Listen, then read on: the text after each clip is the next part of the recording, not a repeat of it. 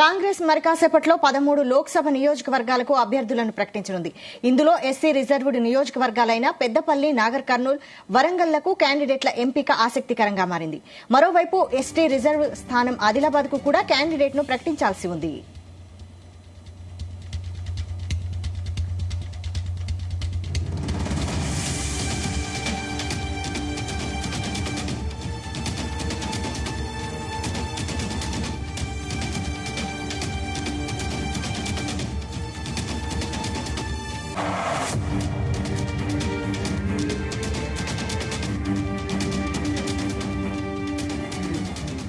ఇదే అంశంపై మరిన్ని డీటెయిల్స్ బ్యూరో చీఫ్ నరేందర్ అడిగి తెలుసుకుందాం. నరేందర్, చెప్పండి, కాంగ్రెస్ ఎస్సీ సెగ్మెంట్లలో పోటీ పడుతున్న అభ్యర్థులు ఎవరు?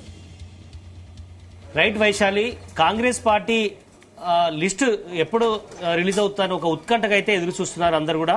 రాష్ట్ర కాంగ్రెస్ పార్టీకి సంబంధించినటువంటి శ్రేణులు మొత్తం 17 లోక్సభ స్థానాలకు సంబంధించినటువంటి దాంట్లో కేవలం 4 అంటే 4 మాత్రమే రిలీజ్ అయ్యాయి. దీంట్లో ఒక ఎస్టీ నియోజకవర్గం కూడా ఉంది, రిజర్వ్ స్థానం.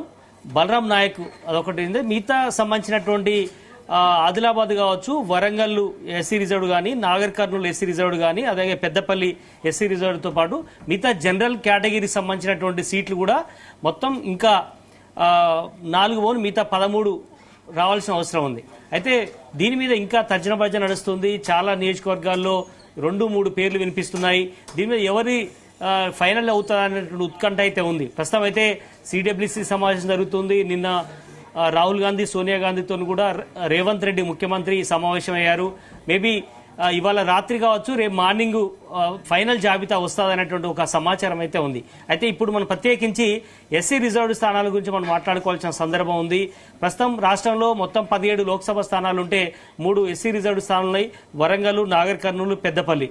ఈ వరంగల్లో దాదాపు 4-5 పేర్లు ఇక్కడ ప్రధానంగా వినిపిస్తున్నటువంటి పేర్లు కాంగ్రెస్ పార్టీకి సంబంధించినటువంటి అభ్యర్థులు, ఆశావాదులు ఉన్నారు. నాగర్ కర్నూలు సంబంధించి ప్రధానంగా ఫిల్టర్ పోగా ప్రజెంట్ అయితే 2 ప్రధానంగా వినిపిస్తున్నటువంటి పేర్లు ఉన్నాయి. అదేవిధంగా పెద్దపల్లిలో ఒక 3 పేర్లు ప్రధానంగా వినిపిస్తున్నటువంటి పేర్లు ఉన్నాయి. దీంట్లో ముందుగా మనం వరంగల్ సంబంధించినటువంటి విషయానికి వద్దాం. లోక్సభ సంబంధించినటువంటి వరంగల్ సీటు ఇక్కడ ప్రధానంగా వినిపిస్తున్నటువంటి పేర్లో మహిళా కోటాలో ఇందిరా పేరు వినిపిస్తుంది.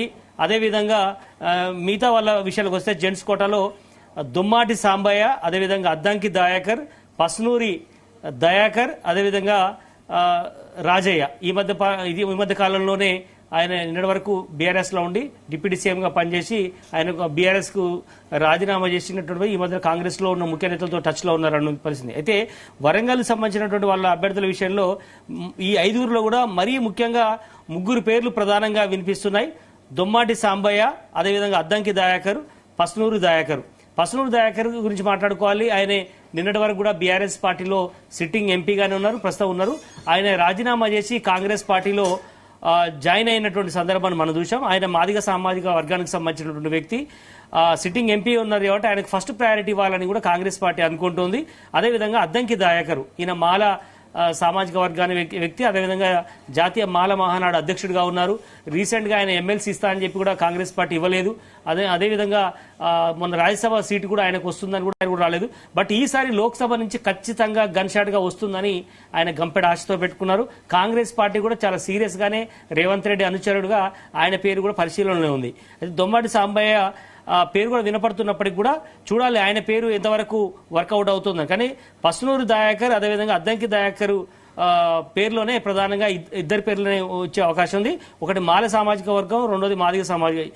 వరంగల్ మాదిగ సామాజిక వర్గానికి ఇస్తుందా, మాల ఇస్తుందని ఫస్ట్ కాంగ్రెస్ పార్టీ డిసైడ్ చేసుకోవాల్సిన పరిస్థితి ఏర్పడింది. అదేవిధంగా నాగర్ కర్నూలు విషయానికి వద్దాం. నాగర్ కర్నూలు కూడా ఇది ఎస్సీ రిజర్వ్డ్ కాబట్టి ఇక్కడ ప్రధానంగా 2 పేర్లే వస్తున్నాయి. మల్లు రవి, ఆయన మాల సామాజిక వర్గానికి సంబంధించినటువంటి వ్యక్తి. అదేవిధంగా ఆయన బట్టి విక్రమార్క కూడా సోదరుడు. అదేవిధంగా సంపత్ కుమార్, ఆయన మాజీ ఎమ్మెల్యేగా ఉన్నారు. ఆయన మాదిగ సామాజిక వర్గానికి సంబంధించిన వ్యక్తి. కనుక నాగర్ కర్నూలు కూడా ఎస్సీ రిజర్వ్డ్ అయినప్పటికీ కూడా ఇక్కడ మాదిగ సామాజిక వర్గానికి కాంగ్రెస్ పార్టీ ఇక్కడ సీట్ కేటాయిస్తుందా, మాల సామాజిక వర్గానికి కేటాయిస్తుందా అనే ఒక సస్పెన్స్ అయితే నెలకొంది.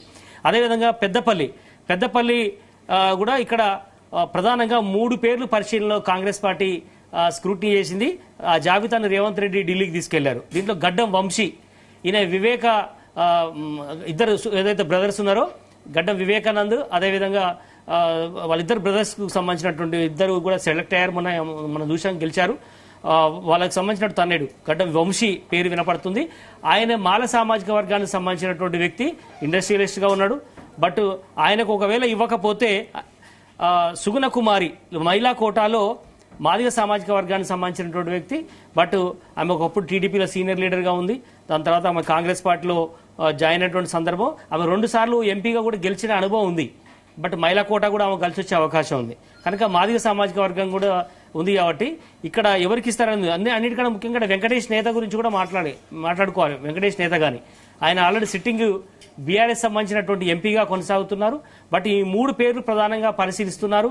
ఒకవేళ ఇస్తే గడ్డం వంశీకి లేదా వెంకటేష్ నేతగానికి ఇచ్చే అవకాశం ఉందని కూడా ప్రధానంగా వినిపిస్తోంది. ఇద్దరిట్లో ఒకరు మాల సామాజిక వర్గం గడ్డం వంశీ అయితే, వెంకటేష్ నేతగాని ఆయనే నేతగాని కులానికి సంబంధించినటువంటి వ్యక్తి. మాల సామాజిక వర్గంలో అదొక తెగగా ఉంటుంది. బట్ ఇప్పుడు మనం ఈ 3 నియోజకవర్గాల లోక్సభ సంబంధించిన దాంట్లో 3 2 మాలకిచ్చి 1 మాదిగకి ఇస్తారన్న సమాచారం మనకు ఢిల్లీ నుంచి అందుతున్నటువంటి సమాచారం. దీంట్లో వరంగల్కి ఇస్తారా, నాగర్ కర్నూలు ఇస్తారా, పెద్దపల్లికి ఇస్తారా అనేది ఇక్కడ ప్రధానమైనటువంటి చర్చ ఉంది. కానీ వాస్తవం ఒక్కసారి మనం తెలంగాణ భౌగోళికంగా ఉన్నటువంటి దాంట్లో జనాభా పరంగా కనుక చూస్తే ఖచ్చితంగా తెలంగాణలో మాదిగ సామాజిక వర్గాందే పై చేయి, దాదాపు డబుల్ జనసంఖ్య ఉంటుంది.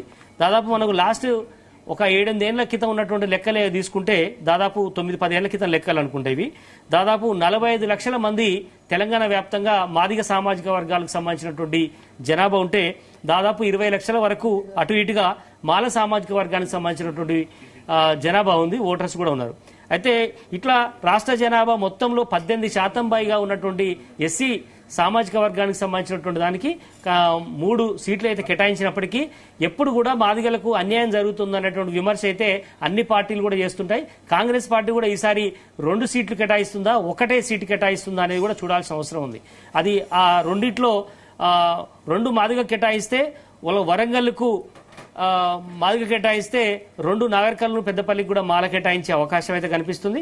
మనం ఇంతకుముందు మాట్లాడుకున్నట్టుగా వరంగల్లో అద్దంకి దయాకర్కు ఖచ్చితంగా ఇవ్వాలని గనక కాంగ్రెస్ పార్టీ భావిస్తే ఖచ్చితంగా నాగర్ కర్నూల్లో మల్లు రవికి ఇవ్వకుండా సంపత్ కుమార్కి ఇచ్చే అవకాశం ఉంది. సంపత్ కుమార్ అక్కడ మాదిగ సామాజిక వర్గానికి సంబంధించినటువంటి వ్యక్తి కనుక ఒకవేళ అద్దంకి దయాకర్కి ఇవ్వద్దు అనుకుని అక్కడ గనక సిట్టింగ్ ఎంపీ పస్నూరు దయాకర్కి ఇవ్వాలనుకుంటే అక్కడ మాదిగ సామాజిక వర్గానికి ఇచ్చినట్టు అవుతుంది. వరంగల్ మాదిగ కోట అయిపోయింది అనుకుంటే నాగర్ కర్నూలులో మల్లు రవికి కూడా ఖచ్చితంగా ఇవ్వాల్సిన అనివార్య పరిస్థితి ఏర్పడుతోంది. ఎందుకంటే ఆయన రీసెంట్ గా కూడా రాజీనామా చేశాడు. ఒక నామినేటెడ్ పదవి ఇస్తే ఆయన ఆల్రెడీ రేవంత్ రెడ్డికి చాలా దగ్గరగా వ్యవహరిస్తున్నాడు. లాస్ట్ 10 ఏళ్ల నుంచి కూడా జర్నీ అవుతున్నటువంటి పరిస్థితి మనం చూస్తున్నాం. ఆయన 2 సార్లు గతంలో ఎంపీగా కూడా పనిచేసిన అనుభవం కూడా ఉంది. సంపత్ కంటే కూడా మల్లు రవికి ఎక్కువ ఆదరణ ఉంది కూడా నాగర్ కర్నూలు సంబంధించినటువంటి జనాలు కావచ్చు. అదే ముఖ్యంగా సునీల్ కనుగోలు టీంలో ఎంక్వైరీలో కూడా మొత్తం ఓటు లిస్టులో కూడా ఆయన పేరు ముందుందని కూడా తెలుస్తుంది. కనుక వరంగల్లో సిట్టింగ్ ఎంపీకి ఇచ్చి నాగర్ కర్నూలులో మల్లు రవికి మాల సామాజిక వర్గానికి ఇస్తే పెద్దపల్లిలో కూడా గడ్డం వంశీకి మాలకి ఇచ్చే అవకాశం ఉంది, 1 ఇవ్వదలుచుకుంటే. కనుక ఇవన్నీ కూడా వడపోత పోస్తున్నారు రేవంత్ రెడ్డి. అదేవిధంగా అన్ని సామాజిక వర్గాలను, మాల సామాజిక వర్గాన్ని, మాదిగ సామాజికంలో ఉన్న వాళ్ళని, ఉపకులాలందరినీ కూడా దృష్టిలో పెట్టుకుని పెద్ద ఎత్తున ఢిల్లీలో హాట్గా చర్చ జరుగుతోంది. అందుకనే ఉన్న 3 ఒక్కరి పేరు కూడా ఇంతవరకు అనౌన్స్ కాలేదు ఫస్ట్ లిస్టులో. ఇప్పుడు సెకండ్ లిస్టు రేపు మేబీ వస్తే అవకాశం ఉంది. మళ్ళీ కూడా సస్పెన్స్ పెడితే మళ్ళీ 3వ లిస్టు కూడా ఉండే అవకాశం ఉంది. ఆదిలాబాద్ కూడా ఇప్పటికే పెండింగ్ ఉంది, అది కూడా ఎస్టీ సామాజిక వర్గం. అక్కడ కూడా రమేష్ రాథోడ్తో పాటు నరేష్ జాదవ్ పేరు కూడా వినపడుతుంది. ఇట్లా ఓవరాల్ గా చూడాలి వైశాలి. అయితే నరేందర్, జనరల్ కేటగిరీలో క్లారిటీ ఉన్నప్పటికీ ఉన్న 3 రిజర్వ్డ్ స్థానాల్లో ఎందుకు ఇంత కన్ఫ్యూజన్ నెలకొంది? ఎందుకంటే ఉన్నాయే 3 సీట్లు. ఇక్కడ మాత్రం దాదాపు 12 మంది పైగా కాంగ్రెస్ లో సీనియర్ లీడర్ గా కొనసాగుతున్నటువంటి వ్యక్తులు ఉన్నారు, మాదిగ సామాజిక వర్గానికి సంబంధించిన వాళ్ళు. ఎందుకంటే వీళ్ళు వేరే చోట్ల జనరల్ సీట్లో పోటీ చేసే అవకాశం ఉన్నప్పటికి కూడా చేసే పరిస్థితి లేదు. ఎందుకంటే అన్ని రాజకీయ పార్టీలు కూడా ఎస్సీ రిజర్వ్డ్ స్థానం అంటే ఎస్సీ రిజర్వ్లు ఉన్నటువంటి వాళ్ళు మాత్రమే పోటీ చేయాలన్నటువంటి ఆలోచన అన్ని పార్టీలు కూడా చేసుకున్నాయి. అందుకనే ఖచ్చితంగా ఇప్పుడు నిన్న చూసాం మనం, ఆర్ఎస్ ప్రవీణ్ కుమార్ కూడా అక్కడ నాగర్ కర్నూలులో ఎంచుకోవాల్సిన పరిస్థితి ఏర్పడింది. ఆయన స్థానికంగా అక్కడ ఉన్నప్పటికీ కూడా జనరల్ సెట్లో పోటీ చేయాలనే ఆలోచన ఉన్నా గెలవలేమన్నటువంటి ఒక ఆలోచన, రెండోది అక్కడే ఇవ్వడానికి ఆ పార్టీ ఆలోచిస్తున్నటువంటి సందర్భం కనుక అదే సమయం ఇప్పుడు సర్వే సత్యనారాయణ కూడా ఈ సందర్భంగా చెప్పుకోవాలి. ఆయన గతంలో కేంద్ర మంత్రిగా పనిచేశాడు, 2 సార్లు ఎంపీగా పనిచేశాడు. బట్ ఇప్పుడు ఆయనకు ఇప్పుడు సీట్ లేని పరిస్థితి కనుక ఆయన సిటీకి సంబంధించినటువంటి వ్యక్తి. వరంగల్లో ఇవ్వాలని అడగొచ్చు, నాగర్ కర్నూలులో ఇవ్వాలని అడగొచ్చు, పెద్దపల్లి ఇవ్వాలనొచ్చు. కానీ ఆయనకు ఇప్పుడు ఇక్కడ ఉన్నటువంటి వ్యక్తి తీసుకుపోయి అక్కడ ఇవ్వడం అనేది కొంత కష్టమైనటువంటి పరిస్థితి కనుక ఇట్లాంటి వాళ్ళు చాలా మంది ఇంకా వెయిటింగ్లే ఉన్నారు. కనుక ఖచ్చితంగా వాళ్ళకు జనరల్ కేటగిరీ అయితే ఆయా రాజకీయ పార్టీల్లో ఉన్నటువంటి ఒత్తిడి, ఎందుకంటే రెడ్డి సామాజిక వర్గాలు అత్యధిక మందికి సీట్లు ఇచ్చే అవకాశం ఉంటుంది, లేదంటే మిగతా కొన్ని బీసీలో ఉన్నటువంటి కొంచెం అగ్రవర్ణాలుగా చెప్పుకున్నట్టు కొన్ని క్యాస్ట్ ఏదైతుందో యాదవ, గౌడ్స్, ముదిరాజు ఇట్లా కొన్ని కులాలకు ఇచ్చే అవకాశం ఉంది. కాబట్టి ఖచ్చితంగా ఎస్సీలకు ఇతర స్థానాలు ఇవ్వడం అనేది ఏ రాజకీయ పార్టీ కూడా చేసే అవకాశం చాలా అరుదుగా చేస్తుంటాయి. వైశాలి రైట్ నరేందర్, అయితే జనరల్ కేటగిరీలో ఎస్సీ ఎస్టీ లీడర్లకు సంబంధించి ఎవరికైనా టికెట్ దక్కే ఛాన్స్ ఉందా? ఇప్పుడున్నటువంటి పరిస్థితుల్లో కాంగ్రెస్ పార్టీ మొన్న లోక్సభ వచ్చినటువంటి షెడ్యూల్ ప్రకారం కానీ లేదంటే అంతకన్నా అసెంబ్లీలో ఉన్నటువంటి పరిస్థితుల లెక్కన ప్రకారం కానీ ఆశావాదుల సంఖ్య ఎక్కువ ఉంది. కాబట్టి కాంగ్రెస్ పార్టీలో అయితే ఇప్పుడున్నటువంటి పరిస్థితుల్లో జనరల్ కేటగిరీలో ఇచ్చే అవకాశం అయితే లేదు.